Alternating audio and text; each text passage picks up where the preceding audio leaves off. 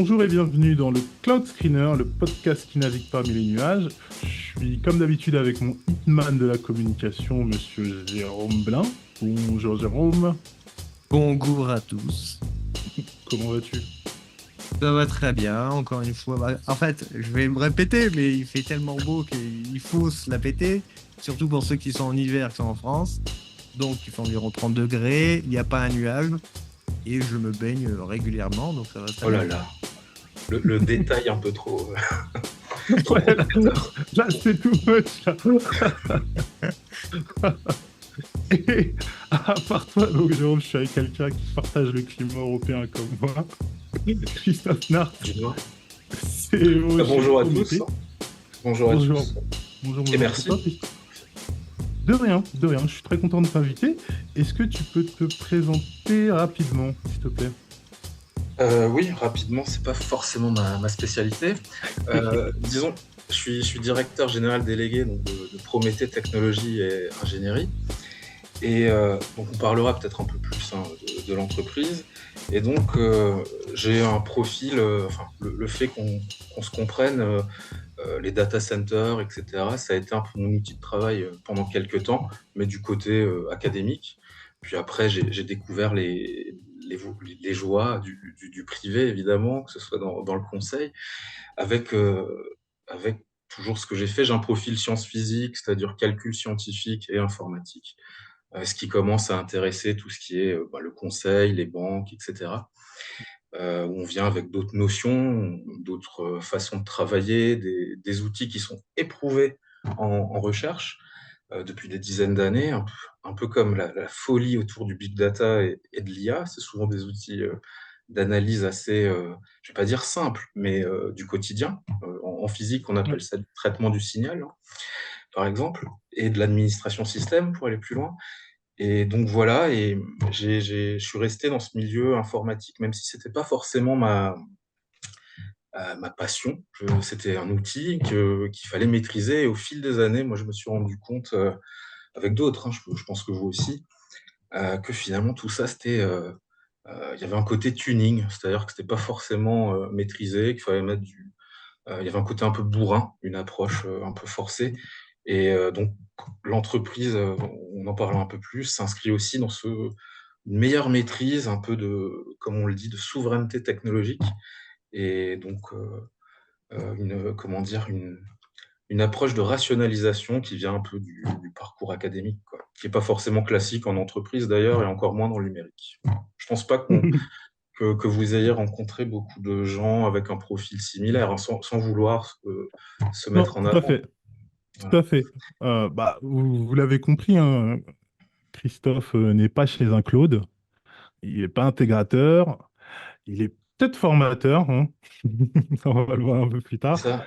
Mais dans le dur, on va être pas trop vaporeux et on va parler de data center, de green tech, de plein de choses, mais sans lavage à la peinture verte, bien sûr, hein. C'est On va ça. parler de Ah. choses dans le concret. Avant de commencer, juste pour se situer, parce que moi je suis un tech, je procède comme ça, c'est comme ça que je définis les gens dans leur vie, quand je les rencontre, je leur demande c'est quoi le genre de mission que tu fais? À moi? Ouais, à toi. Genre, Quel quand genre tu rencontres d'émission je fais? de mission, quand Ah, tu... de mission. ouais, Tu veux dire de manière opérationnelle? oui, Ok. quel genre de Euh, mission tu remplis? moi, bon, l'entreprise a un an et demi, donc forcément les missions sont vastes. Il y a beaucoup de choses à faire. Il y a, je crois, une grosse partie on peut dire du lobby ou comment dire, de l'évangélisation, comme c'était à la mode, fut un temps sur LinkedIn. C'est vraiment, euh, on part de si loin, euh, et nous, on vient avec des notions peut-être complexes. Mais l'idée, c'est de sensibiliser, au-delà de la sensibilisation d'ailleurs, c'est de faire comprendre que tout ça, qu'améliorer les choses, cette réduction de l'impact, c'est pas si compliqué, c'est à la portée de tous, ça nécessite pas euh, 3 ans de formation, etc. Il y a des bons réflexes, donc ça veut dire des formations. Donc là, voilà, comment je peux intervenir de manière plus opérationnelle, donc chez des clients ou en interne pour monter aussi en compétences, parce que c'est quelque chose je pense que c'est un réflexe académique, hein. On est là pour grandir, donc on apprend toujours de nouvelles choses. Et donc, il y a aussi cet aspect-là, aussi bien en interne qu'en externe. C'est toujours ce que j'avais comme position un peu qu'on peut qualifier de bâtarde quand on n'est pas responsable ou dirigeant. Là, c'est différent. Donc, il y a cette philosophie à mettre en place. C'est sympa de l'exprimer, de l'écrire, de faire un peu de com. Euh, mais il y a tout cet aspect à rendre réel, voilà, pour éviter comme tu as joliment dit, le greenwashing d'ailleurs. Et puis évidemment un peu de R&D. Et puis tout simplement, on en parlera peut-être plus tard ou à peine. Et forcément aussi des cas d'usage d'entreprise à conseiller, à améliorer. Donc à la fois sur la façon de fonctionner, c'est-à-dire que c'est pas parce qu'on ne connaît pas que c'est dangereux, comme je sais pas, l'open source, c'est souvent décrié par des gens, alors que c'est juste des librairies qui sont massivement utilisées depuis 20 ans, depuis 30 ans, et qui sont entretenues, maintenues. Donc pourquoi pas les utiliser en industrie? Donc c'est pour ça que je Ouais. parlais de lobby ou de sensibilisation. Il y a- on peut tout faire, en fait. Enfin, vous le savez, hein. Qu'on soit technique ou pas, on peut tout révolutionner en pratique, hein. Mais il faut venir pas à pas évangéliser tout ça. Donc j'espère que ça paraît concret, mais ça se fait par de la formation, par montrer, par des choses qu'on a fait en interne aussi, tout simplement, pour montrer que c'est possible sans excessivement de moyens. Et puis après, mes missions, forcément, elles sont appelées à grandir. Il y a un aspect recrutement, d'autres choses un peu plus stratégiques sur lesquelles on peut revenir, comme le fait qu'aujourd'hui, les entreprises, pour développer quelque chose, ça nécessite de l'argent et on s'appuie sur les ressources du territoire et de l'État. Donc ça, c'est un autre aspect qui est à la fois technique et de vulgarisation, parce qu'il faut être concret, réel pour l'aspect technique, euh, mais aussi comment dire, le, le vendre en pratique, quoi. C'est simple. Ouais. Comme je le disais, on est capable de tout faire, faut travailler à être ce vecteur de transformation, quoi. Et il faut aussi, en fait, il faut tout simplement comprendre à qui on s'adresse et quelles sont leurs problématiques, hein. Forcément, réduction là, de la consommation, pour certains, ça sonne RSE, on va mettre des LED au plafond, voilà. On peut aller plus loin. Voilà, on peut aller plus Et- loin. Il y a le, pareil, moi, je pense souvent c'est un peu dur là ce que je vais dire, mais sur Terre, l'humain, c'est le seul être vivant qui ne se contente que de consommer. Et nos industries, c'est un peu ça. On consomme et on rejette. Et il n'y a pas de valorisation du déchet, finalement, alors que ouais, ça pourrait être un truc. Ça, c'est même lié à l'économie. C'est l'histoire ouais, des core business, finalement. Je veux dire, est-ce qu'un boulanger s'arrêterait aujourd'hui à faire des croissants et du pain? Je pense il fait son chiffre sur les sandwichs à midi, etc. Euh, j'ai pris un exemple très, très vulgarisé, mais je peux en avoir d'autres, hein. Je ne l'ai pas précisé, mais on est en Alsace, donc une région riche en vignes. Je suis entouré ici de vignes et c'est un bel exemple, et surtout l'agriculture. Donc on peut faire du vin, chaque viticulteur, ok, mais après tous ces déchets, tout ce qui, bon, on va dire que ça fait, comment dire, euh, du compost ouais, éventuellement, mais on peut faire du vinaigre, par exemple, haute qualité, qui apporte encore un autre chiffre d'affaires. Mais là, on n'est plus sur du core business, on est sur une nouvelle compétence. Et c'était un peu une des premières choses qu'on s'était dites. Le numérique, bon déjà, le numérique, c'est très simplifié, c'est une énorme chaîne de valeurs, de compétences. ouais, Alors c'est facile de dire hardware logiciel, mais même ça, c'est pas suffisant. Il y a l'aspect usage, il y a l'aspect cycle de vie. Quand on s'intéresse au numérique et à ce cycle de vie justement qui démarre de mine et qui se termine dans des déchetteries, dans des pays qu'on cache presque avec des fleuves fluo, évidemment qu'il y a mieux à faire. Donc oui, ça manque de bon sens presque. Voilà. ouais.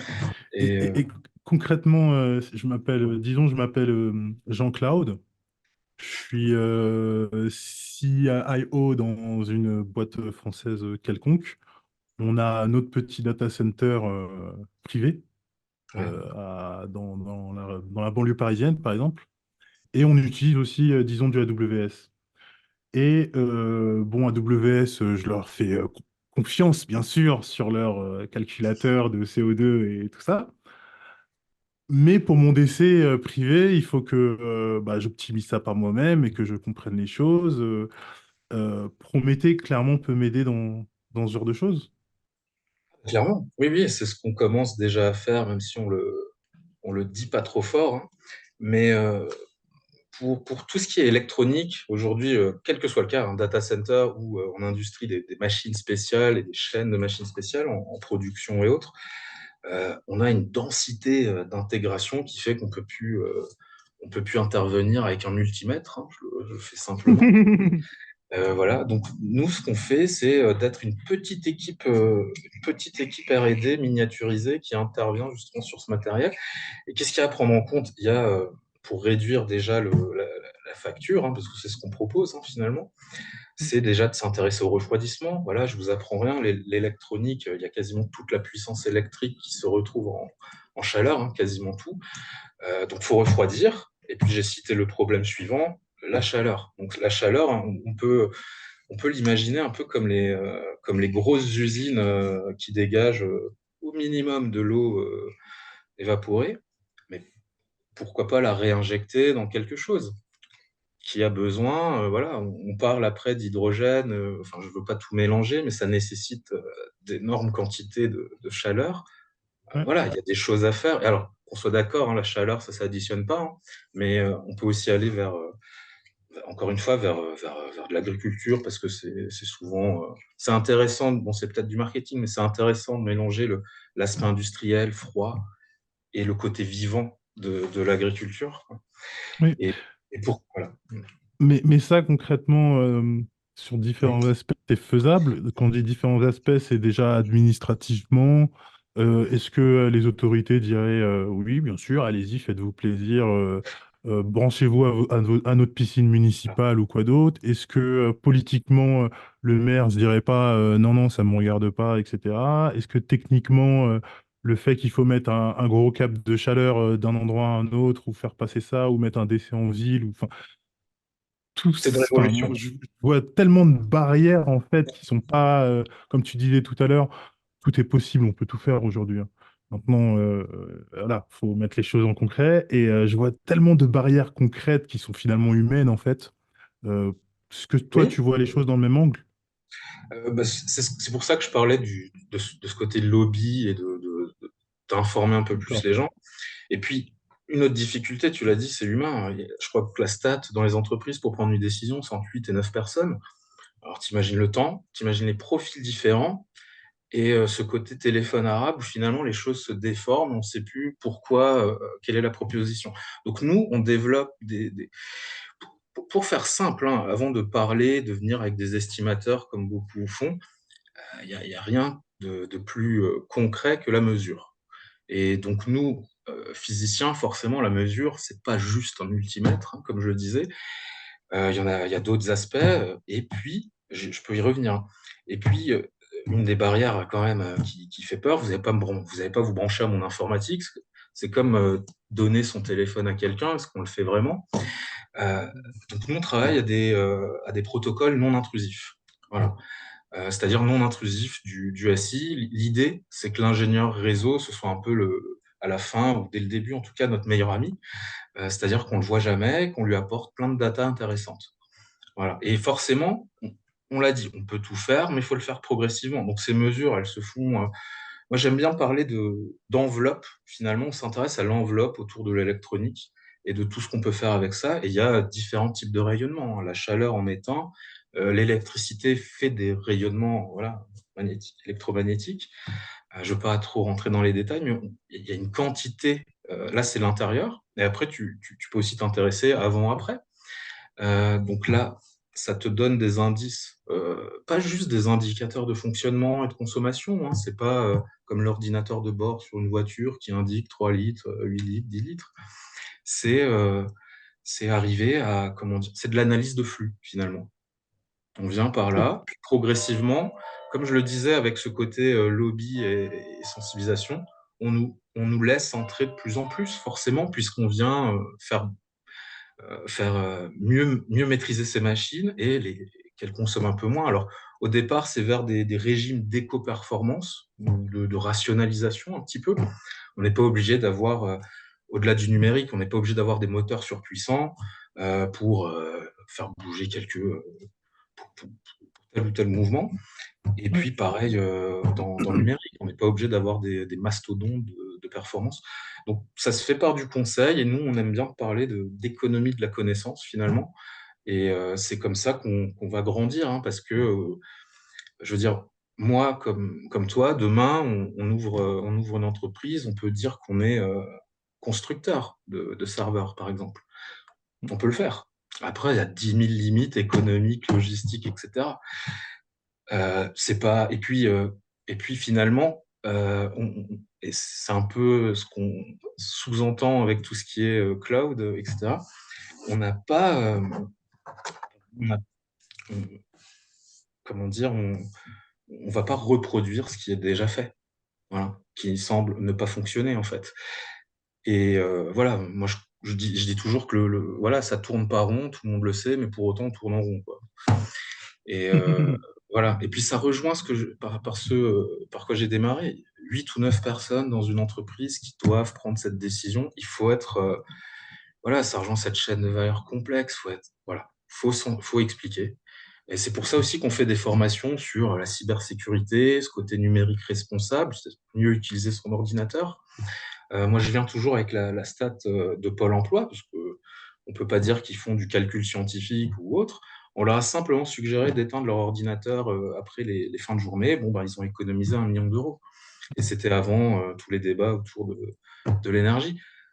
Donc, c'est pas négligeable à l'échelle de grandes entreprises, sauf si tout est en télétravail et que c'est chez les salariés qui payent l'électricité. Mais chaque petit pas est important, quoi. On peut le faire. Je t'ai parlé d'instrumentation comme de utiliser correctement son ordinateur. Et c'est transverse. C'est aussi ça la difficulté. On peut pas venir avec vas-y, faites ci, faites ça, ça marchera mieux. Non. C'est leur métier, ça fait 10 ans, ça fait 20 ans. C'est pas qu'ils bloquent la chose, mais ils savent plus. Ils ont une vérité qui est complémentaire de la nôtre, finalement. Ouais. Donc, il y a l'aspect humain est ultra, ouais, important parce qu'il faut travailler avec les gens, et ça, c'est vraiment une de nos philosophies. On n'est pas là juste pour s'échanger des contrats, on est là pour travailler ensemble. Idéalement, c'est pas du one shot parce qu'il faut suivre.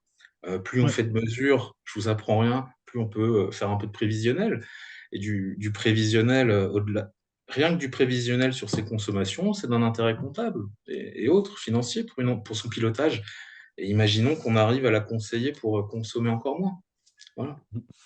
On ne veut pas remettre les 3-8 pour qu'on optimise la nuit, qu'on utilise plus les infrastructures la nuit, mais du coup, ça, c'est de l'automatisation à mettre en place.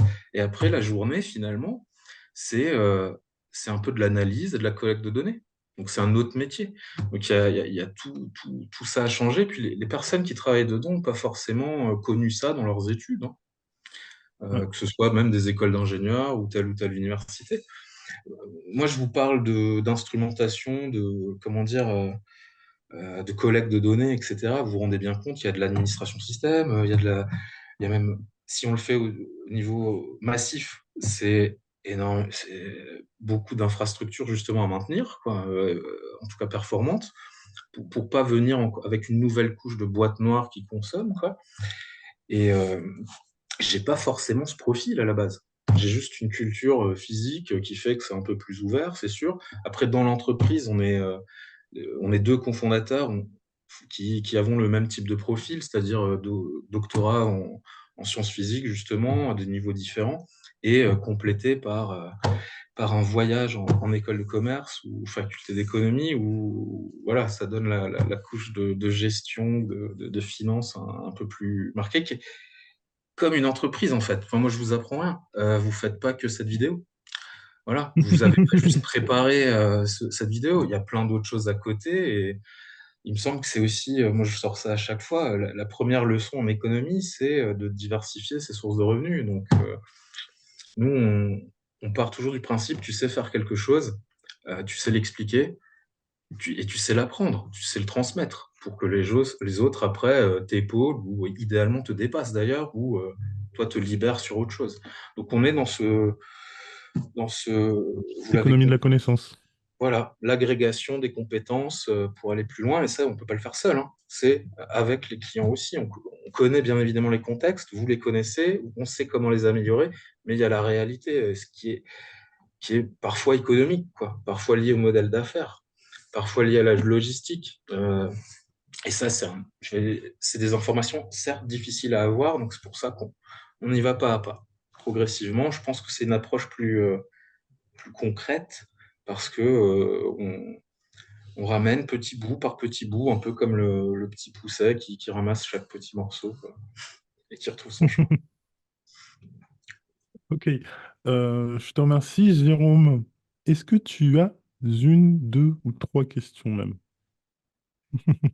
Ça en fait Pour beaucoup. être fou. Moi, j'aimerais bien. Alors, attention, parce que moi, j'aime bien faire des questions avec des histoires chiantes. Ouais. Non, non, j'ai pas dit ça. Non, non, non, non, non, Ah, j'ai pas dit ça, j'ai pas dit ça. J'ai pas dit- j'ai dit chelou. ah, Mais chelou. Ouais, bah oui, là, c'est le cas, c'est tout, justement. c'est tout à ton honneur. C'est tout à ton honneur. En fait, alors, bah, enfin, bon, moi, je suis pas le technique. Je le répète à chaque fois, mais c'est pour les nouveaux auditeurs qui nous écoutent. Je suis pas du tout technique. Je suis marketing et puis je suis un humain avant tout. Et donc, j'aimerais bien qu'on retrace un petit truc, en fait. Donc, il y a un gars, il y a un titan, je parle pas d'Anthony, et il s'appelle Prométhée. Donc, si je me rappelle de mes notes et aussi de mes cours de grec ancien, parce que j'ai fait du grec ancien, c'est à mettre sur mon CV, le monsieur, il a créé l'humanité avec de l'argile, il a chopé le feu au dieu de l'Olympe, Zeus, pas content du tout, il lui a gueulé dessus, et puis il a attaché un rocher. Il y a un aigle qui vient lui manger le foie quotidiennement, hein. C'est un peu tout ce qu'on on vit tous la même chose à peu près tous les jours. La nuit, le foie se régénère. Et puis voilà, jusqu'à ce que Hercule, c'est pas moi, mais presque, il vient libérer Prométhée. Mhm. Dans cette histoire, Qui est c'est qui Hercule, hein. Zeus et qui est Hercule? On- de manière simple, on aime bien les noms forts, justement, à Ouais. l'inverse peut-être comment dire, d'approche marketing. Mais ce qui nous a plu dans ce nom, au-delà qu'il ait trois syllabes, c'est un morceau de cette histoire où Prométhée est venu voler le feu c'est ça qui est Mm. important, pour le donner aux humains. Et nous, alors, on le dit humblement, on vient avec finalement de la connaissance et de la Connaissance. technologie pour les humains. Alors, ça fait un peu philosophique, mais on l'a dit, tout est là pour faire mieux. Pour autant, c'est pas le cas. Donc, le côté après, on se fait grignoter le foie, c'est peut-être pour expliquer que c'est pas le chemin de la facilité qu'on a choisi. Mais pour autant, c'est ce qui rend les choses intéressantes. Voilà, s'il faut pousser la comparaison, mais ça nous correspond bien. Puis il y a le fait qu'il y ait deux accents aigus, du coup ça marque bien le côté français aussi, où on est un petit peu chauvin et on parle pas très bien d'autres langues étrangères, ou alors avec un accent très fort, mais on en avait un petit peu parlé, il y a ce côté un peu industrie ringard en France, où on croit qu'on y va avec de la suie et une salopette, et en fait, non. Nous, on aime bien ce côté. Il fut un temps, on parlait de la particularité française. Euh, donc, on essaie aussi, encore une fois, de donner du sens à ces choses-là, comme on donne du sens aux diplômes qui sont souvent oubliés. Et donc, voilà pourquoi on choisit des noms forts, parce qu'on sait que comment dire, la mission, elle est pas simple. Voilà. On se prend pas Et pour donc, autant pour des titans, mais qui ouais. est Zeus? Qui est Zeus? Bah, Zeus, ça peut être ces décisionnaires qui mettent un peu de temps à franchir le pas. Je ne veux pas donner de nom d'entreprise, mais c'est tous ces GAFAM, finalement, qui sans les comparer à Zeus, pour autant, ils ont toutes les infos, donc c'est quasiment des dieux, hein, voilà. Mais on s'attaque pas à un truc facile. Voilà. C'est aussi ça que ça symbolise. Et puis, il y a cette fascination pour certains anciens dieux qui ont toujours été proches des humains, en fait. Voilà. j'espère que ça répond à Clair. peu près. Alors, moi, j'aurais même dit un truc encore plus marketing. Je sais même pas en fait si ça l'est vraiment. Mais avec l'homophonie, promettez le verbe conjugué, vous promettez et on répond à votre promesse. Alors là. Bah, écoute, je vais t'envoyer un contrat. Euh, oui, ben, oui, on joue pas trop là-dessus parce que nous, on promet pas, on fait les choses et après Non, on bien en sûr. produit pas. Mais il y a encore, tu l'as dit correctement, mais c'est vrai qu'il y a des gens qui m'ont fait des réflexions pas, que je considère pas super respectueuses, qui disent, ah, ça semble prometteur. Bon, voilà. Ah, Ou peut-être, bon, ça fait moins rêver, mais si oui. tu le lis comme ça, c'est une bonne chose, hein. C'est vrai on est prometteur, voilà, comme Ouais. entreprise, parce on est même dans le paysage industriel, on a un ovni, parce qu'on vient sur d'autres bases, que ce soit le côté par rapport à nos profils, mais aussi ce qu'on propose. C'est gentil de parler d'éco-conception, d'analyse du cycle de vie, etc. Mais ça se limite pas à une feuille Excel qu'on doit vérifier. C'est Ouais. toute une culture en fait qui est à la portée de tous, hein, mais faut l'appliquer. Donc, Alors, justement, toujours dans la continuité du côté divin de la chose, et c'est marrant parce qu'entre scientifiques, enfin, entre scientifiques, je suis en train de parler de divinité avec du scientifique, mais il y avait une phrase là, sur le site que j'ai vu, c'est construisons ensemble l'industrie de demain, si je ne dis pas de bêtises. mhm, Si tu avais aussi Prométhée, parce qu'en fait, Prométhée, c'est bien parce qu'il y a, enfin, il y a un côté holistique des choses, où absolument. c'est de l'ingénierie au sens noble du terme, quoi. Hein. C'est C'est ça, vraiment ouais. c'est Ce vraiment le qui, truc tout poussé. ouais, ouais, il y a beaucoup d'entreprises qui disent faire de la R&D pour travailler sur des dossiers. Nous, on l'est vraiment. C'est-à-dire Ouais, qu'on travaille avec des laboratoires de recherche. Alors, on n'a pas les mêmes priorités, mais on a le même langage. Ouais, donc c'est pour ça que je parlais d'OVNI ou d'économie de la connaissance. On a un côté de transfert de technologie, comme beaucoup de labos, d'universités veulent faire.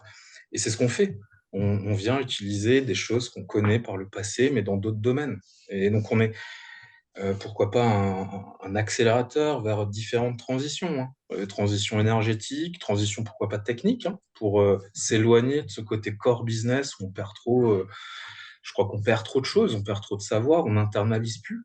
Et il y a ce côté entreprise à l'ancienne, pas la PME du coin, mais c'est aussi un truc de notre région où il y a beaucoup de PME alsaciennes et allemandes qui mériteraient d'être en bourse, qui équipent de très grandes entreprises, de très grandes infrastructures et qui existent depuis 100 ans. C'est un, c'est un peu, enfin 100 ans, on le verra pas, mais on s'inscrit un peu plus là-dedans, quoi. ouais, On avait discuté un petit peu par le passé, il y a d'autres entreprises de R&D, mais qui sont orientées marketing, comme De Vialet, par exemple, qu'on voit plus à la Fnac que dans des laboratoires, quoi. Mais ce qu'ils font intéresserait je sais pas, tout étudiant en physique, quoi. Ou encore avant, ouais. il y avait, bon, ça c'est parce que j'avais rencontré des gens de là-bas, mais il y avait aussi Arcos qui était vraiment dans un truc technologique français. Bon, qui malheureusement s'est un peu perdu, mais c'est encore une fois, core business, que des ingénieurs. Ouais, on développe, mais pour qui? Et donc nous, on a cette approche ingénierie, mais on est dans l'industrie où il y a déjà cette culture, où il y a moins que le numérique pur à tout révolutionner, tout expliquer. Parce qu'aujourd'hui, les gens qui se lancent dans le numérique, a priori, ils ont juste ils ont, comment dire, ils ont assez pour s'acheter un entrepôt et l'équiper et faire du cloud, quoi, enfin en vendre. Est-ce qu'il y a besoin de compétences? Je suis pas sûr. Ouais. Voilà. Puis pour Puis, avoir, euh, puis pour avoir été proche de constructeurs, voilà, on le sait, en Europe, c'est essentiellement de l'assemblage. C'est à la portée de plein de gens, en fait. Toutes les personnes, alors je veux pas, peut-être que je vais éveiller des vocations, mais tous les gamers un peu branchés matériel sont capables en fait de travailler dans un data center, quoi. Bah, tu sais, ok. quand tu regardes un peu les offres WordPress, parce que moi, je regarde tous les clouds, et bien sûr, autour du cloud gravitent les VPS et les serveurs de gaming. Mm. Et in fine, les serveurs de gaming, les serveurs WordPress, les serveurs Minecraft, Et aussi les serveurs GTA 5 ou GTA 6, je ne sais pas c'est lequel qu'on joue aujourd'hui. Bah, tous ces serveurs-là, en fait, c'est des gens qui montent des ordinateurs, qui les mettent dans un DC d'Equinix et qui leur revendent. Donc, comme Ouais. tu dis, il n'y a pas besoin d'énormément de compétences non plus pour assembler un PC et installer un Minecraft dessus, en soi. Après, faire ça à une autre échelle, beaucoup plus grande, se servir de son propre data center, etc., Hmm. c'est une autre histoire. Mais le fait de faire du cloud de cette manière-là, entre guillemets du cloud, c'est plutôt du VPS, c'est pas très compliqué. Ouais, en termes de service cloud, ouais, c'est sûr. Mais tu peux le faire fonctionner. Enfin, je veux dire, Ouais, y a pas besoin de passer 5 ans, voilà, ouais, par tout à passion fait. et sans forcément dans le milieu professionnel. C'est ça que je voulais dire. Et Non, non, dans le, t'as voilà, 20 000 dans euros, ce tu peux te sens-là, hein. lancer sérieusement là-dedans facilement. Voilà. Dans ce sens-là. Après, oui, la complexité des usages, mais elle est aussi rendue complexe parce on vend des boîtes noires. J'espère que le son Hum, vous gêne pas trop. Oh, ouais, pas de souci. Et ouais, et là on en revient à là sur quoi on travaille, c'est-à-dire de l'analyse de flux pour arriver à de l'éco-performance. On parle d'hébergement web, alors ouais, mais parfois il y a un peu de calcul selon, je sais pas, des affichages ou autres, selon les fonctionnalités du site hein, ou d'une application. Et là, il y a hum, peut-être besoin de réfléchir à des architectures plus intéressantes. Et puis, dès le début, là, on parlait de salle serveur ou de data center. Nous, on a une vision où il faut peut-être pousser le côté éclaté, en fait, des infrastructures. Une nouvelle fois, c'est de la mutualisation, enfin, même s'il y a plusieurs modèles, hein, que ce soit des locations ou autres. mhm. Mais de cette manière, on s'affranchit déjà d'une redondance qu'on ne paye pas finalement en se dispatchant un peu ailleurs. En étant ailleurs, on peut prendre en compte d'autres paramètres, hein, un- des serveurs, ou que ce soit dans une salle ou un data center en Suède, fonctionne Hum, différemment de quelque chose en Méditerranée. Voilà, dû à la température, tout simplement. Voilà. tout Donc c'est simplement, aussi ouais. des choses à prendre en compte. Je dis pas que la météo, voilà, mais c'est une approche un peu holistique qui, euh, voilà, prendre l'indicateur de la température extérieure et intérieure, c'est pas non plus de l'IoT extrême, quoi. Il y a pas de, voilà. Après, il faut savoir le valoriser. Voilà. Mais c'est vrai que non, les choses sur lesquelles on travaille, c'est sur de meilleurs VM, par exemple, pour conseiller, on va dire, un meilleur déploiement. Plutôt qu'encore une fois que ces approches un petit peu bourrines ou comme en automobile, voilà, on prend un 4x4 alors qu'on a 1 mètre de dénivelé, quoi. Enfin, Oui, ouais, quand tu dis de meilleur VM, c'est dans le sens de meilleure technologie pour faire la virtualisation, plus un hardware qui est mieux fait pour cette virtualisation? voilà, Ok. l'usage définit le matériel finalement. Donc voilà, Ok. c'est de l'architecture. Et c'est pour ça que je parle l'analyse des flux permet ça en fait. Ouais. Soit analytiquement pour travailler chacun, ou carrément ça permet aussi de le communiquer, de mieux montrer ce qui se passe. Et encore une fois, on en revient là, transmettre l'information et on peut faire mieux parce qu'après, nous on intervient, oui, on intervient une fois après, mais entre-temps, il faut que ce soit proactif. On va pas laisser faire et espérer, comment dire, espérer que tout se passe bien, c'est bien de s'y intéresser, de maîtriser cette technologie. Voilà. Yep. Yep. Mon gros pif me dit que tu avais une troisième question, Jérôme. Mais en fait, j'ai pas fini ce que je demandais, justement, sur construisons ensemble l'avenir de demain, ça c'est autre chose. Industrie. L'industrie de demain, si on vous donnait, tout promettait, ou rien qu'à toi, euh, la possibilité de faire ce que tu veux avec l'industrie d'aujourd'hui, française, européenne et peut-être mondiale. Bon, après, ça pourrait durer des heures. Mais ne serait-ce que européenne, on va dire. Vers quoi tu la dirigerais? Ou comment est-ce que tu la bâtirais de nouveau? Bon, on réinvente pas la roue, on essaye de transformer les choses plutôt que de tout refaire à zéro en général. Mais est-ce qu'il y a des trucs? Alors, bon, la réponse rapide, c'est on va tout faire en vert, et etc., etc. Mais je pense que c'est quand même plus sensible et subtil et complexe que ça. Voilà. Euh, déjà, pour comment dire, que cette culture se diffuse un peu plus, ou ces réflexes, faut intervenir je sais pas, au lycée ou enfin dans l'éducation. Ou même c'est gentil de faire des diplômes RSE ou autre. Je suis pas sûr que 6 mois à voir ce que c'est change les choses. Voilà, il faut le pratiquer. Et finalement, il faut se rendre compte d'une chose. Euh, Plutôt que moi je reviens souvent sur ces boîtes noires, mais peut-être construire l'une de ces boîtes noires, peut-être faire un service web soi-même, juste pour le tester, peut-être faire son IoT soi-même, et ça, tout ça, on peut, donc l'éducation, voilà, investir massivement dans l'éducation pour lobbyiser tout ça, hein. Je me prends au jeu du carnet de chèques infini. Et puis moi, ce que je crois, c'est qu'il faut que les entreprises travaillent ensemble.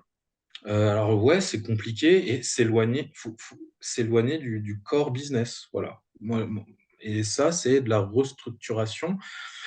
Et finalement, il faut repartir sur des grands projets peut-être qu'on a connus en après-guerre, où on est parti sur l'énergie, sur d'autres types de constructions, mais peut-être faire, comment dire, arrêter aussi ce silotage des compétences. C'est pas parce que tu as un profil technique ou développeur ou autre, que tu n'as pas d'avis ou de compétences sur un aspect financier ou logistique, en fait. Parce que la logistique reste de l'analyse des flux. Voilà. Donc, moi, je crois qu'il y a une grande transversalité à faire, à mettre en place. Et après, si le chèque est infini, autant racheter tous les gros américains, les rapatrier en France et en faire quelque chose de correct. Ouais, Voilà. rien que ça. Voilà, bon, voilà, pourquoi pas. Mais j'essaie de rester concret. Voilà, faut, une approche plus bottom-up, je dirais. C'est-à-dire partir sur des bases un peu plus clean, un Ouais. peu plus réfléchies, prendre peut-être ça veut prendre le temps, enfin, rétablir un peu le temps long dans un premier temps. Ça ne veut pas dire qu'on va tout prévoir sur 10 ans, sur 15 ans. Mais au moins on aura travaillé à envisager les choses, qu'elles se passent bien ou mal, et puis on pourra toujours s'adapter. Euh, Est-ce qu'il y a des pays un peu comme la Suisse ou les pays scandinaves qui sont plus inspirants que d'autres c'est à ce difficile niveau-là? parce ils profitent pas mal de leur climat, À l'image. Ah. et on peut voir que, comment dire, il me semble que c'est en Belgique qu'il y a des installations de Google qui finalement puisent dans l'eau potable. Donc là, on en vient un petit peu à profiter de l'environnement de manière absurde. Oui, ce serait intelligent, mais après, on relocalise les choses là où il fait froid. Je sais pas si c'est, Hmm. voilà, on les relocalise à un endroit. Je, je, je suis vraiment pas sûr qu'il y ait d'approche vertueuse qui soit vraiment mise en place parce que la chaîne de valeur est complexe, qu'on va se limiter à une boîte noire de greenwashing finalement sur une fonctionnalité, hein. Je- Exemple simple, il y a des clouds qui affichent une feuille verte et un équivalent CO2 ou autre. Euh, je ne vois pas en quoi ça change les choses. Voilà. Ouais. Ouais, je parle pas nécessairement en matière d'écologie, mais ces pays sont les plus développés au monde en matière d'éducation, en matière de pas mal de politique, Ouais, même de En leur matière industrie. de répartition d'énergie, oui. de sources d'énergie aussi. Ouais, voilà. Enfin, c'est pour ça que Par je rapport à pensais à leur ces pays. infrastructure.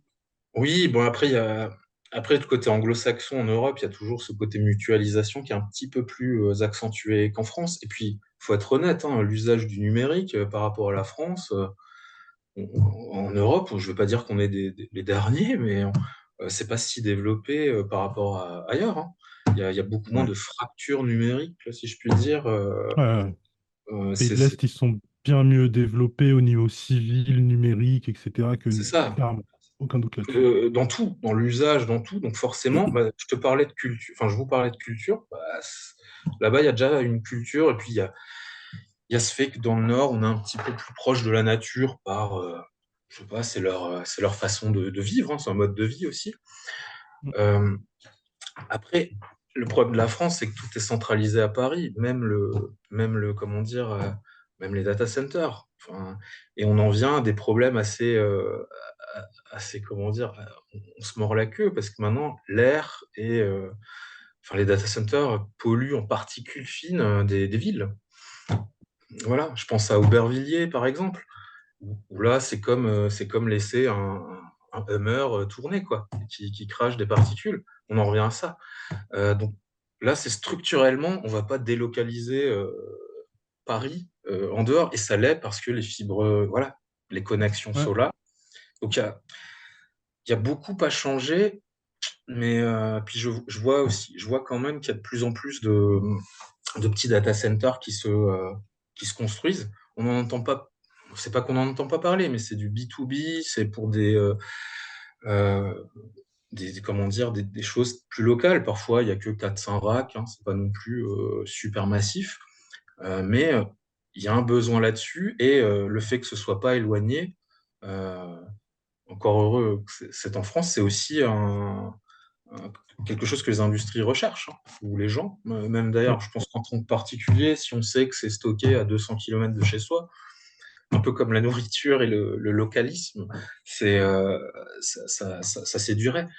Mais ça, on est en France, il faut du coup, on nous laisse moins faire pour montrer que ça marche. Il faut d'abord convaincre tout ce qui est structure de mettre en place. Et toutes ces connexions, toute cette infrastructure. C'est pour ça que je parlais de travailler ensemble.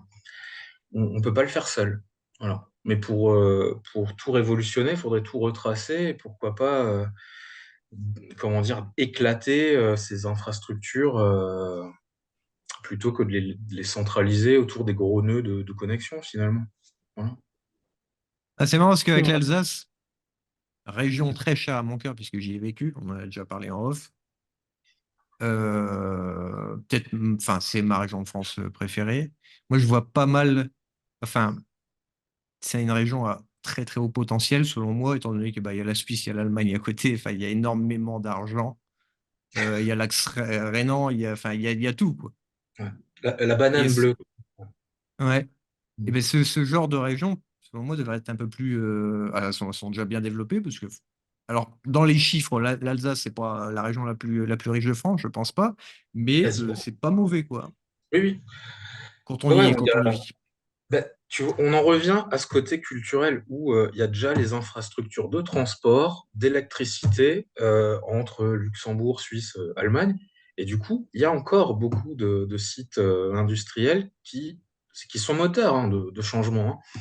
Et ils communiquent.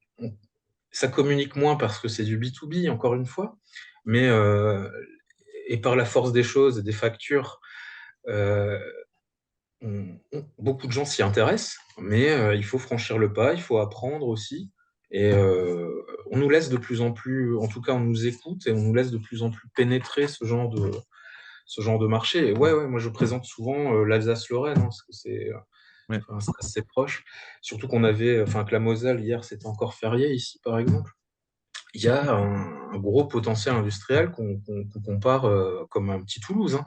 C'est méconnu, mais il y a beaucoup de choses à faire, ouais. Mais là, encore une fois, c'est parce que ça fait 200 ou plus, 200 ans que les gens et les entreprises travaillent ensemble sur ce territoire et qu'il y a déjà des choses en place pour échanger.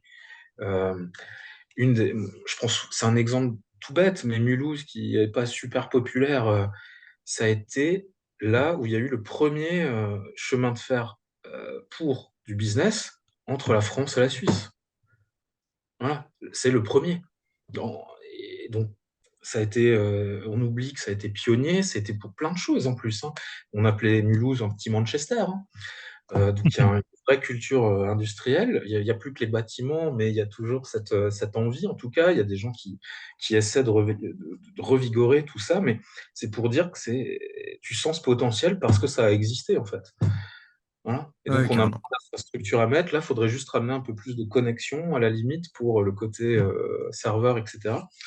Mais c'est dû à l'histoire, voilà. Ouais. Qui est pas Termine juste partout. avec une question, Anthony. Alors, encore une fois, ça va être une question alambiquée ou tout ce que vous voulez. Scientifique, physique, chimie, alambiquée, pardon. Donc, du coup, moi, quand j'étais en économie, mon prof, il luttait contre ses propres démons en disant que il fallait surtout quand on travaille avec énormément de chiffres, fallait éviter le déterminisme, en fait, d'être déterministe surtout. Et parce que des fois, on peut se laisser leurrer par les chiffres. Dans votre position, bah, là, du chiffre, vous devez en manger à l'appel. C'est un peu votre métier. Comment on prend sa distance par rapport à ça? Est-ce que ce sont les valeurs de l'entreprise qui mettent un frein ou qui permettent de diriger bah, vos missions, vos objectifs, tout ça? Ou comment fait un ingénieur pour éviter d'être trop déterministe? Oula, moi, je pense que ça, c'est presque dû à la personnalité, à son parcours de vie, quoi, son éducation, hein. On va pas métamorphoser les gens qui sont têtus, quoi. Ouais. Je pense qu'il faut une certaine ouverture d'esprit ou avoir rencontré des situations qui scandalisent ou consternent, hein. Moi, ce qui m'a mis un peu la puce à l'oreille, c'est quand j'étais dans des laboratoires de recherche et que je voyais sur le palier dans la poubelle des serveurs. Et puis je l'ai vu aussi ailleurs. On m'était dit, déjà, ça me paraissait inconcevable. Enfin, il y a des milliers d'euros là-dedans, il y a peut-être mieux à faire. Ils étaient tout à fait fonctionnels ou à remettre, en tout cas pas à jeter. Et ça, par exemple, c'est quel ingénieur aujourd'hui sait comment réparer quelque chose? Voilà. Je veux dire, même pour un téléphone, on va chez un truc avec quelqu'un qui a fait un jour de formation, qui change la vitre, quoi. Enfin, Ouais. donc, c'est une façon c'est du rétro-engineering à réapprendre, en fait, hein. Donc, euh, j'ai un peu perdu le fil, du coup, ta question. Sur le déterminisme, en fait, comment on évite d'être trop déterministe, c'est trop se fier en fait sur les chiffres et à se reposer tête baissée dans les chiffres en fait.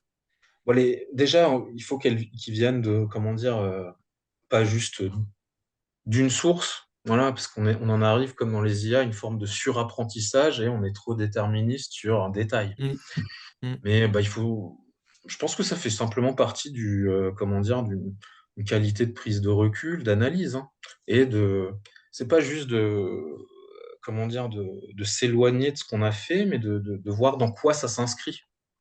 Avant, je parlais du client qui a sa vérité, nous qui avons la nôtre, mais en fait, c'est des briques complémentaires. Voilà, il faut savoir les regarder, et là, la relativité aide. Donc, on peut ouais, regarder les choses d'en haut, d'au-dessus, de côté, puis d'écouter aussi comment les gens, pardon, le comprennent. Euh, ça donne aussi, voilà, faut savoir s'adapter, je crois, hein. C'est pas une qualité qui est, ouais, qui est très répandue, mais je pense que c'est simplement dû là aux personnalités. Après, je crois que je l'avais évoqué, nous, au-delà de nos formations métiers et vers des diplômes, etc., on, comment dire, on parle d'enseignement d'ouverture où là, justement, à des ingénieurs, à des techniciens, on propose de la rhétorique, pourquoi pas du théâtre ouais. d'improvisation, de l'épistémologie. Alors pourquoi? C'est pas l'idée de transformer tout le monde en intellectuels qui vont pondre deux, trois livres, voilà. Non, c'est encore une fois, on parlait de PME à l'ancienne, là c'est les scientifiques à l'ancienne qui étaient à la fois mathématiciens et philosophes, quoi. Parce que c'est pas si différent en fait tout ça, hein. Mm. Quand on change, même de loin sur Wikipédia, on s'en rend compte, on change d'espace, on redéfinit les choses. En le disant comme ça, c'est de la philosophie, hein. C'est prendre du Mm. recul, c'est de formuler les choses autrement. Donc ça passe aussi par, voilà, faut savoir s'ouvrir. Et c'est pas parce qu'on connaît pas que c'est pas intéressant. Mais ça, c'est vrai que c'est pas quelque chose. Moi qui fréquente de temps en temps des jeunes diplômés, donc fréquenter dans les dans les entretiens, euh, ça me saute aux yeux que certains croient déjà avoir tout vu, quoi. Alors qu'ils démarrent à peine, enfin vous, ça doit être pareil. Enfin, alors qu'ils démarrent à peine, enfin moi je le dis sans gêne, j'ai pas tout vu, j'en apprendrai bien plus dans C'est les le mal années. des réseaux sociaux en général, hein. Ce sont des gens Oui, oui, qui connaissent voilà, tout. je parlais de rétablir les temps longs, c'est en réaction à cette instantanéité, ouais. Nous, on n'est pas, ça veut pas dire qu'on n'est pas rapide, hein. C'est juste que voilà, les approches analytiques, c'est aussi savoir réfléchir à ce que tu as devant toi, en fait. Ouais, Voilà. tout à fait Voilà. ça. Mais je crois que c'est plus une personnalité, un parcours de vie. Euh, le fait qu'on prenne les choses un petit peu plus par escalier que plutôt par bond, c'est aussi l'expérience finalement qu'on a tous, hein. Je parle pas de moi personnellement. Et vous verrez, après, pas aujourd'hui, mais moi, je vous recontacterai pour travailler ensemble parce que je crois que c'est avec des profils différents, avec des métiers différents qu'on peut faire à notre échelle des changements. Voilà. Ouais. Il y avait un philosophe grec, alors je m'excuse à tous les hellénistes, je ne sais quoi, si c'est Platon, Aristote ou Socrate, mais lui, il faisait philosophie et sport, quoi. C'était une machine de sport Ouais, c'est ça. Socrates, c'est un footballeur brésilien, hein. Peut-être que tu... Oui, aussi. oui. Ouais. Mais oui, et lui, c'est un bon exemple, hein. Il était footballeur Brésil, où il gagnait tout, et à côté de ça, il était médecin. Enfin, c'est improbable d'imaginer Kylian Mbappé faire une opération chirurgicale. C'est impensable. Enfin, pas, et encore. Voilà. Bah, à ce sujet, moi, il y a Ou un une. calcul. Ouais. Pardon. Bon, Non, bah, je des calculs, plaisante. je pense qu'il y a des gens pour en faire pour lui, quoi. Mais Oui. souvent, je cite ça aux étudiants quand j'interviens de temps en temps, non pas pour leur faire peur, mais pour leur faire aimer la précision, justement. Mal nommé, en fait, c'est une phrase qui est déformée de Albert Camus, qui a été repris par un autre écrivain, mais mal nommer les choses, ou en l'occurrence les objets, c'est contribuer au malheur du monde, et ne pas les nommer, oublier, enfin les mettre derrière soi, c'est nier notre humanité. Voilà, c'est ça la phrase complète. Elle est un peu dramatique, mais par rapport à, tu l'as cité, les réseaux sociaux ou notre époque, c'est ultra d'actualité.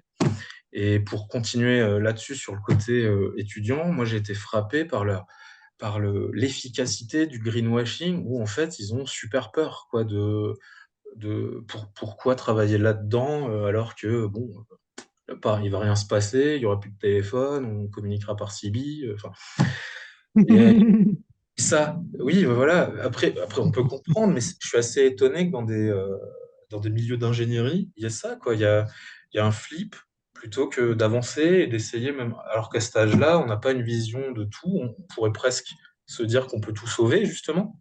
Ouais. Donc, je suis assez étonné. Voilà, donc il y a une vraie réflexion hein, au sujet de notre entreprise et notre démarche. Elle n'est pas que, comment dire, issue de notre frustration professionnelle passée du début jusqu'à dernièrement, mais c'est essayer en fait de faire un peu de bon sens, hein. Quand je parle de mesure, c'est quand même, c'est pas exceptionnel dit comme ça, mais dans tous les cas, c'est pas fait. Oui, tout à fait. Tout à fait. Bah, tu sais, moi, Anthony de Cloud Mercato, je me fais greenwasher par les clouds tous les jours. Vu que je suis en communication avec bah, tous les clouds, bah, tous vont m'envoyer un petit PDF avec une petite feuille verte en disant qu'ils sont bien, qu'ils sont cool et qu'ils consomment rien, et que leur machine, et que ceci et que cela.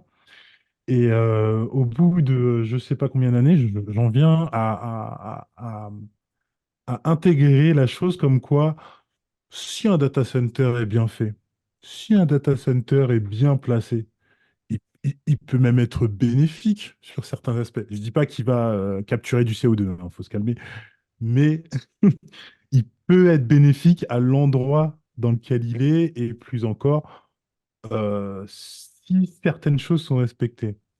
De par là, j'entends la chaleur fatale dont on parlait tout à l'heure, où bah, un CPU, bah, c'est un transiteur qui bouge et qui fait de la chaleur. Donc cette chaleur-là, si on arrive à la récupérer, tout est bon. Après, ce qui continuerait, enfin, il y a bien sûr la climatisation, qu'on a des solutions adiabatiques, on a plein de choses pour arriver à consommer beaucoup moins.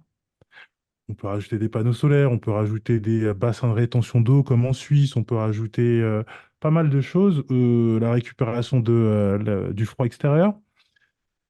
Euh, Tout ça, c'est beau, mais est-ce que c'est vrai? Est-ce que ça existe vraiment, tous ces trucs-là, en fait? Ah, bah, on peut faire simple, hein, une entreprise je sais pas, qui a des locaux de 2 étages, voilà, par exemple, hein, je sais pas, 50 salariés, pour donner un exemple, hein, a une salle serveur avec, je sais pas, 2 racks, 2, 3 racks. Mhm. Si elle réinjecte tout simplement la chaleur récupérée par différents échangeurs hein, pour que ce soit plus efficace, voilà, elle le réinjecte simplement dans le courant Le réseau de local, ouais. l'immeuble, ben, ça permet de moins chauffer. Alors, c'est pas décisif, mais à une échelle d'entreprise, le chauffage, c'est une énorme facture. Voilà. Ouais, C'est pour ça que le clairement. télétravail a été si populaire, quoi. Plus besoin de chauffer. Euh, mais ça, c'est un tout petit exemple, ouais. Et encore là, tu cites ce truc d'un bâtiment. Il faut réfléchir en éclaté. Et ce qui Mm. est pertinent à un endroit ne le sera pas tout le temps, mais le sera ailleurs, etc. Et puis, comme je le disais, tout ça doit fonctionner de manière plus intelligente. Ce que je viens de décrire, c'est comme ça qu'était une ferme, en fait. En bas, Ouais, voilà, il y avait les animaux, le foin, et au-dessus, les gens qui habitaient, et ça chauffait, quoi. En partie, hein, mais voilà. Et puis après, il faut s'intéresser évidemment comment dire, à ce niveau de température. C'est pas exceptionnel, hein, ce qui est récupéré et redistribué. Ce que je veux dire par là, c'est que c'est pas comme les usines qui peuvent réinjecter des chaleurs énormes où on va vers de la pyrolyse quasiment, quoi. mm, Euh, donc il y a plusieurs choses à prendre. Qu'est-ce qui empêcherait une entreprise de réinjecter cette chaleur dans une serre et de redistribuer ce qui pousse à ses salariés plutôt que d'acheter des paniers fruits qui viennent de frigo, quoi. ouais. Je suis un peu provocateur dans la façon de le dire, mais c'est un peu ça. Voilà. Ok. Et puis rien n'empêche que quand c'est pas utilisé, si on n'arrive pas à le vendre, de l'offrir à pourquoi pas à des particuliers qui ont enfin, à redistribuer les choses selon le quartier, ou pourquoi pas à d'autres entreprises. Ouais, Voilà. ouais, ouais. Et Mais du coup, concrètement, on a les solutions en réalité pour avoir un data center mis en plein centre-ville qui serait pas une grosse tâche pour l'agglomération. Concrètement, on a les solutions pour le faire, mais si je devais te demander quel est l'état de l'art du data center en France, par contre, on n'est pas dans cette disposition, je pense, non? non, mais moi je prends toujours l'exemple de Dassault, qui, je sais pas, Ouais, il y a 10 15 ans ou plus, hein, peut-être, cherchait du coup un provider où on s'intéressait à tout ce qui était cloud. Bah voilà, hein, ils en ont fait un eux-mêmes parce qu'ils n'ont pas trouvé ce qui les satisfaisait. Bon, il y a des considérations de sécurité.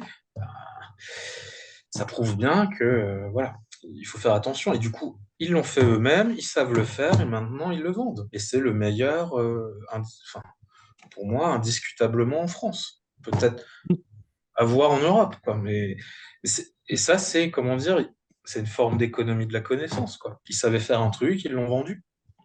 Et ouais, voilà. ouais, ouais. Mais pour le côté, comment dire, qu'est-ce qui empêche? C'est euh, trop d'interlocuteurs, quoi. Voilà. Et puis le timing entre les gens. Il y a toujours une considération malheureusement un peu politique aussi, donc qui fait que les timings dépendent aussi un peu de ça. Parce que voilà, il y a beaucoup de greenwashing, hein, tu l'as dit, donc il y a des gens qui en profitent, forcément. Ouais. Voilà, puis alors c'est une chose, mais il y a le foncier. Il faut aussi qu'il soit, comment dire, adapté à ça. C'est pas un permis de construire, hein. Classique. Il y a tout ce contexte industriel de sécurité derrière qui est, pour avoir visité et vu quelques data centers, qui est pas toujours très respecté. C'est pas si compliqué de se brancher un réseau dans data center discrètement. Enfin, l'ingénierie sociale, c'est comment dire, c'est pas une légende, hein. Mm. Euh, donc il y a encore, je crois, voilà, cette fracture numérique et c'est pas pour rien qu'aujourd'hui le flip premier de certaines entreprises, c'est la cybersécurité parce qu'ils n'ont pas les reins assez solides pour, euh, pour gérer ce genre de choses. Ils n'ont pas la main dessus. Leur provider, pas forcément non plus, même s'il est local. Alors on en arrive à fonctionner avec des archives un peu à l'ancienne, quoi, finalement, plutôt que voilà, et plutôt que des choses un petit peu plus intelligentes, parce que là, on parle d'IA, etc., dans tous les sens. Enfin, l'IA sur la cybersécurité, c'est aussi une application. Voilà. Mm. Et fuite d'informations, très, très, très, très, très belle fuite d'informations avec Voilà. ChatGPT, ça vous intéresse. Euh, la plupart des Ça, décès, de ma vision, de mon radar à moi, la plupart des décès que je vois, ils sont en tiers 3. Je crois qu'on peut faire du tiers 3 du tiers 3 et aller même vers le tiers 4 et le tiers, enfin voilà. Je crois que 4 c'est le maximum, enfin il y a un tiers 4 il Ah. me semble. Mais en Europe, en cloud, il doit y avoir que 2 DC qui sont tiers 4 en réalité. Pour passer d'un tiers 3 à un tiers 4, basiquement, il faut s'amuser à tout redonder. Il faut redonder la lime, il faut redonder la clim, il faut redonder faut tout ce que tu imagines dans ta tête, même ce qui est déjà redondé, il faut le redonder, en fait. C'est pas anti-écolo, ça, en fait. Tout ne fonctionne pas en même temps, hein. Mm. À ce Ok. moment-là, ce qui fait peur là, dans les data centers, à la limite, c'est le système de batterie aussi qui Ouais. gère en cas de coupure. Ça, moi, la première fois que j'ai vu ça, Au une plomb. pièce entière de batterie de voiture, alors qu'on y fait la guerre, de batterie actuelle, hein, pas de batterie de voiture électrique, hein. Mhm. C'est surprenant. Après, tu vois, ça, c'est un biais du côté industrie sale. C'est pas sale, c'est juste, enfin, c'est pas que c'est pas clean, mais c'est au cas où pour que ça fonctionne. C'est quand même des infrastructures ou des services qui doivent suivre des normes qui viennent de l'armée parfois Ouais, sur ouais, ouais, l'organisation. clairement. Donc moi j'y vois pas. Non, non, c'est encore une fois, c'est pas parce qu'on utilise de la technologie que c'est anti-écolo. Ce qui est anti-écolo, c'est d'en surutiliser pour rien en fait. Voilà. Là on en vient au côté rationalisation. Ouais, Voilà. tout à fait. Et dans le même sens, je dirais, les IA d'aujourd'hui, elles ont un sens quand il faut 4 cartes graphiques pour lancer une seule requête à ChatGPT. C'est ça, ouais. Puis là, j'ai plus la stat exacte, mais un calcul scientifique, même parallèle, hein, Mm. consomme moins qu'une requête Google. Enfin, on en vient à des trucs absurdes. Alors Ouais, que, ouais, au-delà même c'est de. Et absurde. Ouais. puis, quand on réfléchit à l'intérêt, le calcul, je dis pas qu'il va révolutionner le truc, mais il fait avancer, soit il marche pas, mais il donne une info. Alors que, bon, la requête Google, en général, elle aurait pu se faire avec un livre, hein. Voilà. Ouais, J'exagère, tout mais à fait. il y a cet usage où, dans le numérique, ça nous rend feignants. Donc forcément, ça consomme sur plein de choses qu'on pourrait bien, bien minimiser, quoi. Ok. Et tu penses que toutes ces IA, pour l'instant, tu vois, elles sont un peu sur la course à devenir énormes. Je sais que tu n'es pas data scientist, hein, mais c'est une discussion qu'on a comme ça, toi et moi. Pour l'instant, elles sont dans la course au nombre de paramètres et à être toujours plus grosses pour pouvoir gérer toujours plus de choses. Mais à un moment donné, tu penses qu'elles vont se rétrécir et dire ça serait bien qu'on consomme moins, ce serait bien qu'on puisse être intégrable dans plus d'endroits, ce serait bien. Je crois qu'Apple d'ailleurs parle dans ce genre de choses, mais Tu parles euh, des IA génératives, là, que tout le monde utilise. notamment ouais, les IA Ouais, générales. bah, je Ouais, pense que tu as générales. très bien résumé la chose, hein. C'est comme tout outil, ça se développe en même temps que l'usage, quoi. Donc il y a zéro considération, à mon avis, sur la performance. Après, moi, ce que j'ai vu d'intéressant, c'est que parfois les architectures logicielles sont repérées sur l'architecture matérielle. Et il y a Google, enfin voilà, c'est des documentaires de Google ou autres, où comment dire, un réseau de neurones est un rack. Voilà. Mm. Voilà. Et ils se distribuent comme ça, et du coup, bon, ils arrivent sans doute mieux à les paramétrer, justement. Mais encore une fois, tant que c'est utilisé, pourquoi faire mieux? C'est triste, hein, ce que j'ai dit, hein. Mais s'il n'y a pas de boycott, finalement, ou et puis c'est une Ouais, boîte noire, on ne sait pas, on s'en rend pas compte. ouais, Voilà. Et, tout à mais fait. après, c'est la façon dont on développe aussi le numérique, hein, que ce soit une application, que ce soit des choses beaucoup plus gros. Gmail, enfin voilà, toute la suite Google se développe parce qu'on l'utilise, quoi. Et c'est pareil ils continuent de le faire dans tout ce qu'ils font, quoi. C'est un peu leur spécialité, quoi. Euh, Rapidement, pour en revenir à ce que tu disais à propos des racks Google, c'est les TPU dont tu parles?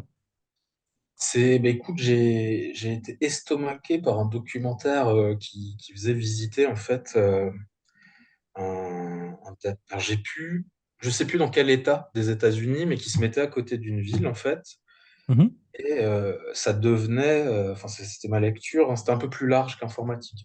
Ça devenait en fait un fournisseur d'électricité pour la ville, Ah gratuit. bah. Alors je vais te dire pourquoi, parce que il y avait un terrain de foot ou deux de solaire, voilà, qui amenait, comme c'est dans une région voilà, où ça tape, qui amenait plus d'électricité que prévu. Il y avait aussi, je crois, quelques éoliennes, mais c'est pas forcément ce qui apportait le plus. Et il y avait plus d'énergie que le data center en avait besoin, et ils le donc Oui. redistribuaient à la ville. Et puis ils avaient comment dire, des infrastructures de 4 mètres, etc., quoi. On avait ça n'a rien à voir avec. C'est rare en Europe, hein, de voir des choses comme ça. Mm. Et donc, ce que je veux dire par là, c'est que le numérique ou ces entreprises deviennent des fournisseurs énergétiques. Qu'est-ce qui Mhm. empêche Google de pas demander une facture après à la ville? Ouais. S'ils se branchent sur l'eau et l'utilisent pour de quelconque manière pour se refroidir, qu'est-ce qui les empêche de la traiter et de la revendre? Parce qu'aux États-Unis, c'est un souci, hein, le traitement de l'eau, souvent, il y a, voilà, il y a souvent des aléas. Et donc, on les laisse phagocyter de manière générale, eux comme d'autres, des choses qui sont pas de leur métier, quoi. Et ça, c'est pas du tout un truc qu'on peut faire en Europe où tout sera, tout sera structuré, Ouais. ce sera normé avant, on t'empêchera de le faire avant que, avant que tu puisses. Et voilà, il y a deux cultures différentes, hein. Clairement, oui. Ouais. Je me suis un peu Clairement. éloigné peut-être de la question. Non, non, non, non, non. Enfin, à la base, je posais la question des TPU pour Google, mais c'était très intéressant la petite pratique que tu me donnais sur le décès de Google. Et je parlais des TPU pour le petit rappel, c'est les unités de calcul qu'on peut utiliser pour l'IA ou pour autre chose, qui ont été créées par Google, qu'on peut louer sur le Google Cloud, mais qu'on ne peut pas trouver autre part que chez Google, et qui sont censés être très rapides et consommer pas grand-chose, mais disponibles que chez Google. Oui, voilà. Et puis on te le dit tel que tu l'as décrit, mais qu'est-ce qu'il prouve, quoi. Mm. Mais après, ils développent aussi leur Google. matériel. Ils font la même chose avec ce qu'ils appellent du quantique, mais c'est des supraconducteurs qui mettent en place. Voilà, la même approche un peu bourrine, de force brute, là, comme on peut dire, où, où plutôt que de faire des tests, on fait du test development finalement, quoi. Mm. C'est enfin driven, voilà. On met les choses en place, on les teste, ça marche pas, on met autre chose. Voilà. C'est une drôle d'approche, selon moi. Bah, ça fait un cimetière comme Google en a un énorme. Là, oui, il y avait un truc, tu as cité Apple qui s'intéressait un peu à ces choses-là. Moi, j'ai suivi une conférence il n'y a pas longtemps où ça parlait des déchets électroniques, justement. On peut en parler Mm. longtemps. Mais là, encore une fois, ça devient absurde. Apple et j'imagine d'autres entreprises achètent ces décharges électroniques maintenant parce que ça coûte moins cher de trouver de l'or maintenant que d'aller dans les mines. Alors là, on en devient voilà. Voilà. On peut pas parler de cycle de vie, hein, je suis pas sûr. Mais c'est particulier comme approche. On trouve plus de mines, pardon, on trouve plus D'or d'or dans les dans les décharges décharges. que dans les mines. Voilà. Bah après, je peux pas les critiquer là-dessus parce que je préfère qu'ils achètent une décharge plutôt qu'ils fassent travailler mon cousin Jacari dans une mine à 14 ans, tu vois. Non, Donc non, oui, je sais pas trop. je comprends, mais là, il y aurait le truc. Le Ouais, phagocytage capitaliste ou ouais, mais l'esclavagisme capitaliste, je sais pas voilà. Mais lequel. voilà, tu vois, avec un peu de nuance, l'approche, ce serait peut-être d'être expert dans le recyclage électronique. Il n'y a pas que de l'or, en fait, hein. Il y a Mm. des choses qui peuvent être réutilisées autrement, plutôt que de reproduire de la matière, etc., de reconsommer, hein. C'est pour ça que je commençais par l'homme est la seule espèce qui se contente de consommer. Il faut s'inscrire dans un cercle. Et Ouais. c'est aussi une vision économique, hein, ça, hein. Il y a plein d'économiciens qui ont posé ces choses-là. Ils ne sont pas forcément populaires ni appliqués. On parlait du nord de l'Europe, ils sont un peu plus là, ils connaissent un peu plus ces choses-là. parce que proche Mhm. de la nature et écosystème, quoi. Bah après, il y a un truc simple qui est très évocateur. On va aux toilettes, on tire la chasse d'eau, c'est terminé. On se pose pas de questions, tu vois. C'est ça. Et Et en plus, ça dit tout. Ça dit tout. c'est un super exemple, hein, parce que les toilettes, c'est quand même un système qui n'a pas évolué depuis une centaine d'années, quoi. Ouais. Voilà. Et quand on va au Japon, c'est le futur. Voilà, je fais des comparaisons comme ça, mais ouais. Ouais. Encore une fois, il y a tout à améliorer, mais vas-y pour l'améliorer. Tout à fait. Mon cher Jérôme, est-ce que tu as une question par hasard? Ouais, alors moi je voulais juste rebondir un truc sur le truc du nord de l'Europe. Est-ce que c'est pas simplement aussi parce qu'on est plus riche au nord et donc on a plus de temps de cerveau disponible pour régler certains problèmes? Ah, tu crois que c'est un Un peu problème comme de riche? ces problèmes de riches, je veux dire, c'est comment? Enfin, au Brésil, moi on me ressort à chaque fois. Ouais, l'écologie c'est pour les riches, on n'a pas que ça à penser, nous on essaye de survivre, blablabla. Bla, bla, bla, bla. Ouais, Alors, ouais, bah, après que je lui ai lancé une patate, je lui ai dit, écoute, il faut aussi quand même penser à certaines choses, ça ne veut pas dire que. Voilà. Mais Vous des êtes un fois, peu je non, lui. 140 millions. Vous êtes un peu 140 millions, donc il faut un peu réfléchir à quelque chose, quoi. Il y en a quand même qui peuvent réfléchir. Ouais. ouais, bah après, bah, peut-être que tu l'as dit, encore une fois, c'est la culture. Là-bas, c'est pas quelque chose qui est peut-être mis. Ouais. Les gens sont pas forcément sensibilisés. Après, il me semble que l'agriculture là intensive, c'est particulier au Brésil. Hein. C'est un des premiers producteurs de Ouais, c'est viande. Hein. rock'n'roll. C'est un peu la Bretagne de l'Amérique du Premier Sud. exportateur de viande rouge au monde, je crois. Ou Voilà. Donc deuxième. il y a pas il y a cette culture industrielle massive qui est pas force intensive en plus, qui fait qu'ils ont pas Je parlais de culture, voilà, d'apprendre. Ça prend du temps quoi là-dessus. Là tu viens avec ton regard de français quoi ou d'européen. Forcément, t'as envie de rationaliser les choses quoi. Mais Ouais. bah, là-bas, comment leur faire comprendre? Bah, nous, quel que soit je dirais, le pays, finalement, nous, on fait faire des économies et on fait utiliser le matériel plus longtemps. Alors, plus longtemps, ça peut aussi être le revendre. Hein. Voilà. Ouais. Ouais. Et puis, le recyclage, c'est quand même faire de la valeur à partir de rien, quoi. En, Donc, en général, ce sont les entreprises qui viennent vous voir avec côté inbound marketing ou c'est ben, vous qui allez à la rencontre des entreprises? c'est les deux. Hein. De toute façon, un an Ouais. et demi, forcément, voilà. Mais Oui, bien sûr. malgré ça, il y a quand même déjà le côté réputation et expertise dans ce côté éco-conception industrielle. C'est pas juste, sinon on l'afficherait, on ferait des posts toutes les 5 minutes là-dessus. Là, non, non, il y a certains patrons d'entreprise qui nous ont contactés sur le sujet avec un côté challenge. Voilà, moi je fais ça, j'aimerais concevoir moi-même, je rentre pas dans les détails, mais c'est quelque chose en métal plutôt que de l'acheter pour justement faire consommer moins de matière. C'était pas notre cœur de métier de base, mais on est venu avec nos outils, notre façon de penser, les infos en face, et on a proposé quelque chose. Voilà. Mais c'est une Ouais. approche du coup sur la conception. Voilà, ce côté gestion de projet en amont, quoi. Où on vient avec des éléments, avec des indicateurs. Un regard Ils neuf. utilisaient, Ouais. voilà, ils utilisaient tel métal, ben, il y en a peut-être d'autres. Il y en a peut-être d'autres encore plus proches. Il y a peut-être une usine à côté qui en jette. Ouais. Et voilà. Comme il y a beaucoup je vois qu'il y a beaucoup de rejets même dans le textile, des déchets hein, qui finissent dans le BTP pour faire de l'isolation. Mm. Ça paraît exotique dit comme ça, mais le plus dur pour que ça se fasse, c'est que ces gens se parlent, hein, finalement. Bien sûr. Tout Vos à fait. missions, elles durent combien de temps environ? Est-ce que ça peut être une semaine, un an, 15 ans? C'est ouais, c'est plusieurs semaines ou mois, peut-être, pas de manière, de manière ininterrompue, parce qu'il y a cet aspect analytique, hein, tout Bien sûr. simplement. Puis comment dire, il y a quand même faut quand même se renseigner aussi sur certaines choses, hein, le côté état de l'art de ce qui existe.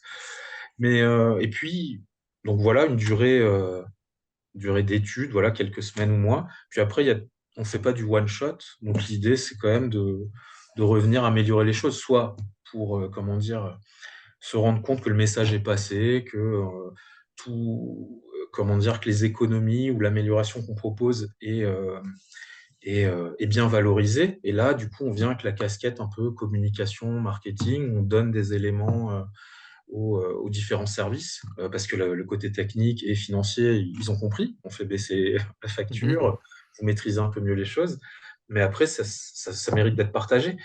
Et donc, c'est aussi bien en interne, et ça, c'est un outil, il me semble, fédérateur, quoi, pour une entreprise. Donc, on explique, on propose en tout cas, on explique à ceux qui sont intéressés ce qu'a fait l'entreprise, ce que ça veut dire. Voilà. Quels est les kilowattheures, les machins. C'est bien de les résumer, tout simplement. Puis après, pareil pour les indicateurs, pourquoi pas communiquer. Voilà, comme toutes les entreprises Ouais. font en rétrospective 2023. Voilà.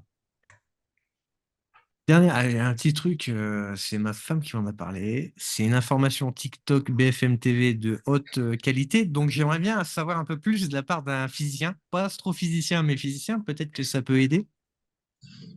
À qu'est-ce qui paraît, à qu'est-ce qui paraît, y aurait-il pas une tempête solaire qui va tous nous tuer ou qui va couper Internet cette année, Antoine, enfin, en 2024?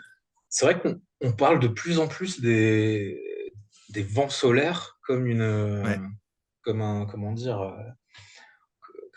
comme responsable de pas mal de dérèglements quoi, sur ouais. la Terre. Je sais pas, moi ça me paraît pas. Oui, moi je suis pas, comment dire, je suis pas du tout contre cette idée. On peut bien se rendre compte que de mesurer des choses sur un tel objet physique, on peut avoir le doute raisonnable qu'on n'aura pas un déterminisme en 30 secondes, hein, et que ça mérite un peu plus de temps. Puis une telle, vous le voyez encore, la Terre est ridiculeusement petite malgré la distance par rapport au Soleil. Donc c'est quand même une bombe d'hydrogène, tout ça, quoi. Moi, voilà, nous, la Terre, c'est des champs magnétiques dans tous les sens, la Lune, enfin voilà. Non, moi je suis pas. C'est possible. Je sais pas si ça sera digne d'un film catastrophique, mais enfin catastrophe, mais Hmm. ouais, ouais, c'est une des, comment dire, une- quelque chose qui dérègle un petit peu les champs magnétiques et du coup, qui a Ouais. voilà, Alors, il n'y aurait plus Internet, il n'y aurait plus de Mais grille-pain. je crois qu'il y en a eu un il n'y a j'irai pas pas jusque là. longtemps. Il y a eu Ça, un c'est un, machin il n'y a pas longtemps comme ça aux États-Unis, je crois. Non, mais il y en a régulièrement, apparemment, hein. Pas Non, non, oui, de... des vents, des vents solaires, oui, c'est le ouais, soleil, Ouais. donc il y en a tout le temps, ouais. oui, ça, c'est sûr. Mais généralement, ils sont arrêtés par l'atmosphère et par, comment ça s'appelle, la couche Ouais, c'est électromagnétique. absorbé. Et Voilà, encore une fois, on est sur des objets tellement massifs, c'est difficilement peut-être observable. 100% C'est vrai absorbé. Ouais. voilà, ouais, on en parle de plus en plus. Donc oui, oui, oui, c'est pas. Encore une fois, tout vient de choses. TikTok. C'est pas un seul responsable, c'est un ensemble, quoi. Ah oui, bien Ouais, sûr. ouais, tout à fait. Mais ouais. On n'est pas les Bon. seuls responsables, si c'est ça une partie de ta question. Il y a Non, non, pas ma que. question, c'est de savoir, est-ce que cette information Ah, BFM, Montréal. le côté alarmiste, catastrophique. Ah bah, je oui, suis voilà, le côté Deep pas. Impact Armageddon. Je- Autant je fais de la maintenance prévisionnelle, mais je fais pas de prédiction de ce genre. Après, je sais pas, c'est peut-être Hollywood qui prépare quelque chose, mais moi, je suis pas. Voilà. Ok, je prépare le scénar. Ok, très bien. Bah nous, ça fait 1 heure et plus qu'on est ensemble. Je vais donc devoir arrêter cette discussion. Mais avant de vous laisser, chers audio spectateurs, je voudrais donner un petit résumé de Prométhée tel que je l'ai compris aujourd'hui. Et que Christophe, si tu considères que je dis n'importe quoi, tu m'arrêtes tout de suite. Ah, je quitte directement. Ok. Alors, de ce que j'ai compris, Prométhée, vous êtes une entreprise de conseil. Tu l'as pas dit, mais je crois que vous avez une dizaine d'employés. C'est ça, ouais, on termine plutôt bien l'année. Ouais. Nice. Une dizaine d'employés, ça fait moins de 2 ans que vous êtes sur le marché, mais que vous préparez votre coup, ça fait un petit peu plus longtemps que ça. Depuis toute notre vie, hein. Et votre idée à vous et l'émission que vous délivrez, c'est permettre à vos clients d'optimiser leur utilisation du numérique. Par utilisation du numérique, moi, Cloud Mercato, j'ai envie de voir des data centers, mais il n'y a pas Ouais, que ça. y a pas Il y que ça. a, il y a- il y a bien plus que ça. Il y a l'utilisation des postes physiques, il y a l'utilisation des mobiles, il y a l'utilisation de l'IoT, il y a l'utilisation tout ce qui est à peu près électrique en réalité. Oui, voilà, tu l'as bien résumé. Et donc, oui, vous proposez donc de l'optimisation de l'utilisation du numérique et de l'électrique, j'ai envie de dire, donc. Et voilà, est-ce que c'est une bonne Autour définition? d'infrastructures énergivores, on va dire. Ah, c'est très bien dit, tout. Ah, Oui, merci. Merci. très très bien dit. Et Du coup, ça, je raconte c'est. pas n'importe quoi? Non, non, et puis après, ce que tu disais pour les data centers, ça fait partie, on a un focus là-dessus, mais plus sur notre aspect R&D, on pourra parler peut-être plus tard, je vous laisserai en tout cas la primeur pour l'annoncer. Mais après, comme je disais, hein, l'électronique dense, c'est dans toutes les chaînes de production, dans tout ce qu'on appelle les machines spéciales, etc. Et il y a aussi de la densité électrique, au-delà de la densité électronique, et donc tous ces types de rayonnement, tous ces flux, on les analyse et alors on le fait, comme j'ai pu le dire, de manière concrète par mission, mais on le fait aussi par des ressources, c'est-à-dire en affectant en fait des personnes, ingénieurs, techniciens sur place pour changer gentiment cette culture, évaluer un petit peu aussi les choses et pour voir ce qui est possible, hein, parce qu'il y a toujours une étape de faisabilité, hein, comme dit, rien n'est plug and play, quoi. Hmm. Voilà. Puis on travaille sur tout l'aspect formation alors je peux en teaser une petite partie. Comme on Yes. vient de l'académique, on connaît le devenir de pas mal de docteurs en sciences et même de post-doctorants. Nous, on a ciblé, et puis je parlais de traitement du signal finalement, donc nous, on travaille en fait avec le territoire pour proposer une formation en fait de reconversion, si je puis dire, mais de reconversion dans l'industrie de certains profils de docteurs, où du coup on vient avec comment dire, notre expérience en industrie, donc, avec des normes, voilà, beaucoup de sécurité, beaucoup de normes aussi, tout simplement électricité de puissance, ce genre de choses. Et eux viennent avec ce côté, comment dire, pour être à la mode, algorithmique à l'état de l'art. Et c'est un peu Yes. ce qu'on fait. Et ça, c'est une façon comment dire, de changer un peu la culture de l'industrie. On se doute pas, quand on imagine des docteurs là en industrie, on imagine des data scientists dans un bureau en verre. C'est pas forcément ça en fait. Voilà. Et puis tu l'as dit, il y a beaucoup d'IoT, donc il y a beaucoup de choses à collecter, mais aussi à protéger. Et voilà Yes. comment on peut aussi le faire. Ok. Eh bien, merci Christophe. Merci pour cette interview. Je vous Euh, remercie. Moi, mon petit mot de la fin, ce serait de vous dire bah, merci si vous êtes encore là, d'être resté après cette heure et demie de discussion. Vous êtes courageux, mais dites-moi en commentaire si c'était intéressant et n'hésitez pas à vous abonner sur YouTube, sur Spotify, sur LinkedIn et plus encore. Et me reste plus qu'à vous souhaiter une bonne soirée ou une bonne journée, ça dépend de l'heure chez vous. Et à toi aussi, Christophe, et toi aussi, Jérôme, une bonne journée à vous, messieurs.